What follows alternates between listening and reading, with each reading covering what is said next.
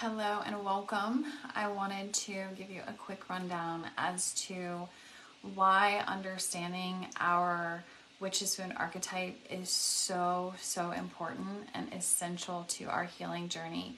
This also applies to the masculines. If someone comes across this is going to pertain to your warrior's wound archetype. So let's break those down a little bit. The witch's wound is something that's in the body, right? It's that innate inherited wounding that pertains to the fear of abandonment and betrayal. So this is kind of what's at the root of it. I'm afraid someone's going to hurt me or leave me, okay? And then the warrior's wound has to do with the fear of failure and inadequacy. I'm not going to be able to do enough. I won't be able to be enough, okay? So these come into play in our life in so many different ways, right? But we come into this lifetime already with that witch or warrior's wound stored in our DNA. It's either something that we have brought over from a past life or that we have inherited through our DNA from an ancestor, okay? So this is kind of how it gets stuck in the body. Then what happens is we have some type of activating event. So that activating event typically happens in childhood, and that event is what starts to activate and trigger this kind of code, you could say, in the DNA to start unraveling. So it activates and wakes up this wounding. Each of us express our witch or warrior's wound in a different way. So we have 6 different archetypes that I talk about quite a lot. I'm not going to go into all of them right now. But each one of those, there are 6 they're the same for the masculine and feminine, but they do express themselves differently per masculine and feminine. Again, not digging into that right now in this video. But I want to really talk about why it's so important, and I'm going to give some examples of certain archetypes. I'll start with myself, for example. My archetype is the dragon. So the dragon archetype has to do with definite fear of abandonment. If we think about a dragon, right, they kind of like get in their cave. They've got all of their treasure behind them, and every single person or anyone that comes up is a possible threat, right? So before even like assessing the threat, before even knowing what's going on, that fire's coming out, right? And that was like me to the T, okay? It was, yeah, like no holds bar with that. And so it's taken a really long time for me to heal and work on that. But understanding my archetype and why I would behave that way has been so important. So with understanding that dragon archetype, I was able to start seeing how it was playing out in so many different areas in my life, mainly my romantic relationships and also in my business. Okay, so I'm going to talk about those 2 things mostly in this video because that's mostly the target audience that I serve. Okay, so when it came to relationships, when it came to trying to work on the path of divine union as a twin flame, it was very challenging because my automatic assumption was always that someone's going to leave. And so I would constantly pick fights. I would constantly test boundaries. I would constantly test commitment. And it would create a very unhealthy, toxic environment, especially as a feminine, now as one who has stepped into her sacred feminine, divine feminine energy. Being in that dragon archetype energy was very difficult in relationship settings because the dragon archetype is actually an overactive archetype. It is one that is connected to masculine energy.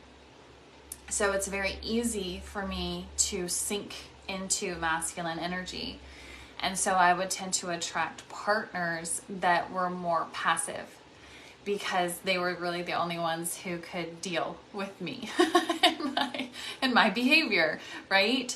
So I would find these passive partners and I would, like a dragon, pretty much just eat them alive. I would become very combative. I would be very competitive with them.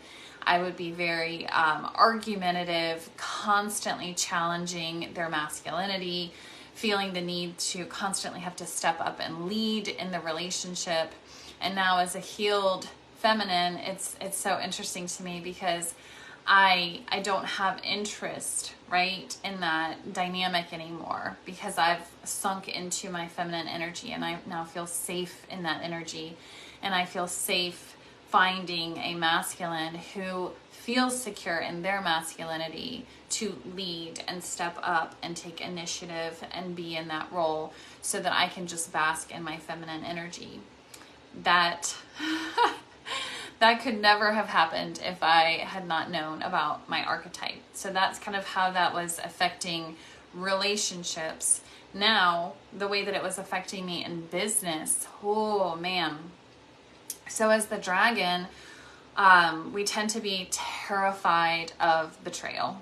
Okay, so this is like someone is going to take from me, right? The dragon got all my gold and my treasures hoarded behind me. So if I share my gifts, if I share my knowledge, if I share anything, someone else is going to take it and they're going to use it, and then I won't get credit for it, or they're going to hurt me in some way with it. By me putting it out there, it's going to damage me in some way. I'm going to be persecuted for this, right? So there was this massive fear of, if I put this out there, then someone's just going to take it and use it, and it's going to hurt me in some way, or I'll be persecuted because of it, because people won't like what I have to say.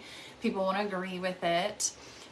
Somebody is going to get upset. I'm going to have chargebacks. Or what if someone makes a complaint about me? You know, as a dragon, we tend to be very paranoid, constantly on the defense, constantly suspicious, constantly like, oh no, like, can I really trust someone? Like, allowing someone to help me in my business. When I hired a virtual assistant, ooh, that was work, right? I had to surrender and just accept, like, okay, well, yeah, she does have access to all this stuff, and maybe she will do something. And, you know, it is what it is, because I had to, like, kind of sink into my own knowledge and truth with knowing that everything that I've created as a divine channel, because I am a divine channel. No one can take that from me.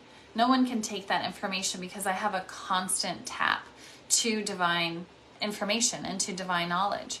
So sure, someone might take my content. Someone might, you know, want to talk about the witch's moon archetypes that's trademarked. But that, you know, I can't really do anything about that. I can't let that stop me from doing my soul's purpose work and showing up and shining and being what I need to be. And I need to trust the process, right? So this was part of my healing in that.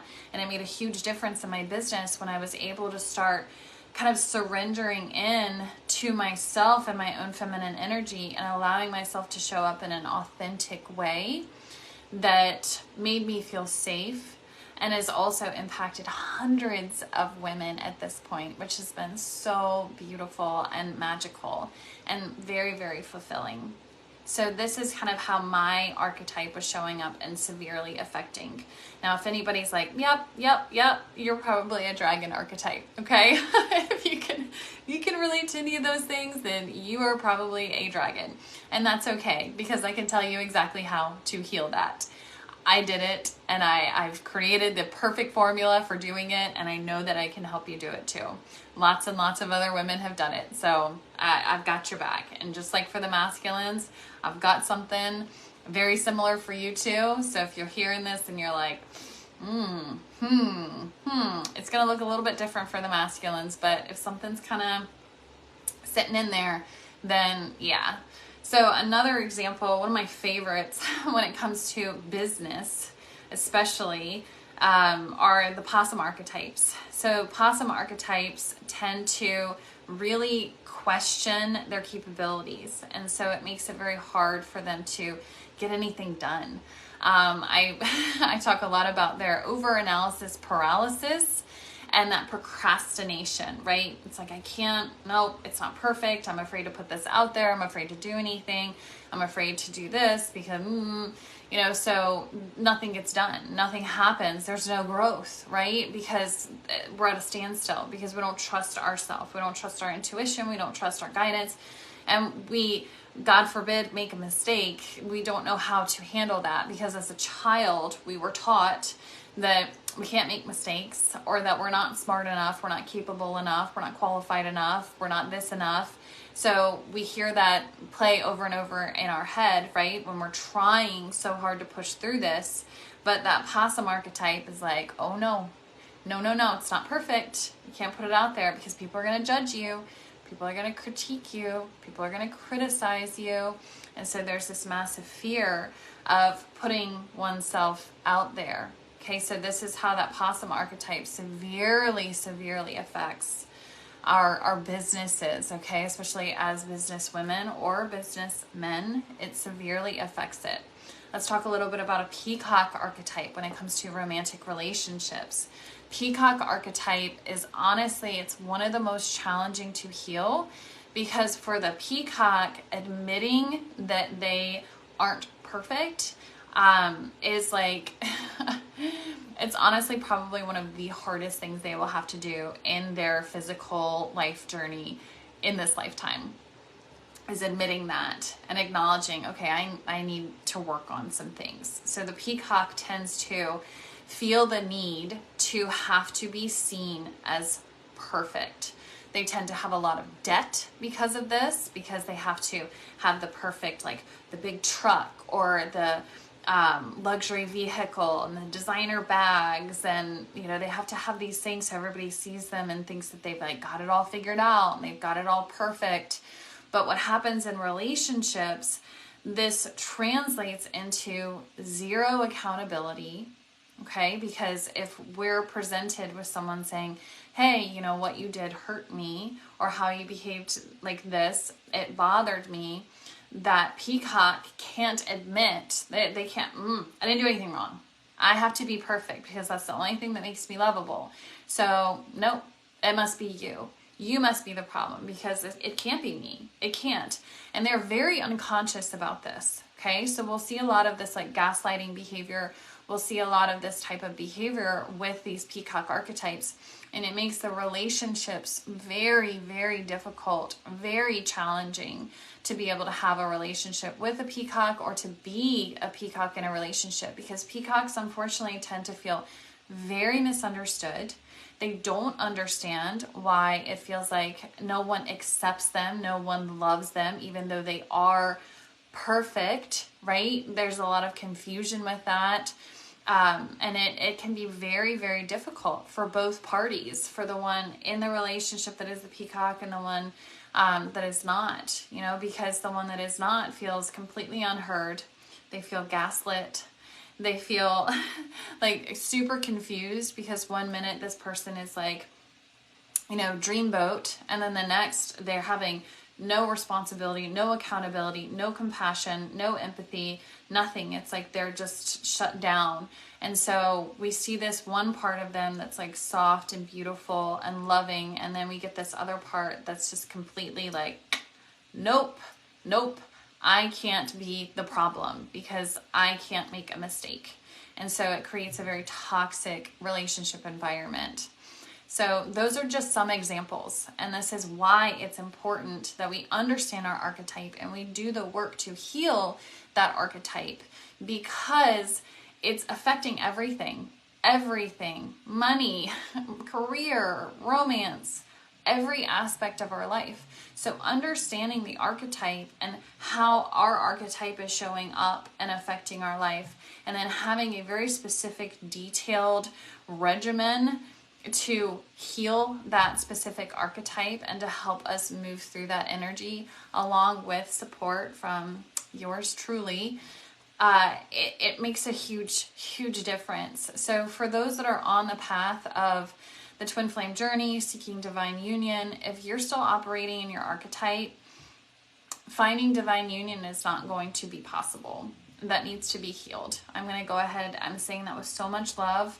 It's not going to be possible. Okay, that needs to be healed. You have to heal that archetype before you can even proceed and consider trying to achieve divine union with someone else. For those that are in a business venture, okay, if you don't heal that archetype, Especially if you're a possum, you're never going to get anything off the ground. If you're a dragon, you're going to be constantly fearing that people are going to be taking. And so there's always going to be this energetic like restriction and block in your business. So if you want to learn more about the other archetypes and kind of how those are showing up and how the resistance is showing up, you need to hop inside my program, either for the feminine, sacred feminine, or for the masculine. It's mastering masculinity. It's about learning how to connect with our true divine self of sacred feminine, or divine masculine energy. Okay, by healing those wounds and then reclaiming our truth and our divinity as a feminine or masculine here on this planet. So I hope that this helps. I hope that this kind of cuts through a little confusion and questions like, why is this even so important? It's absolutely essential. If you want to have a successful, happy life, it's like the key. If you've been feeling like, gosh, I'm missing something, this is it. This is what you have been missing. So if you need help, let me know, and I will be here for you. I will talk to you all soon. Thank you so much. Bye.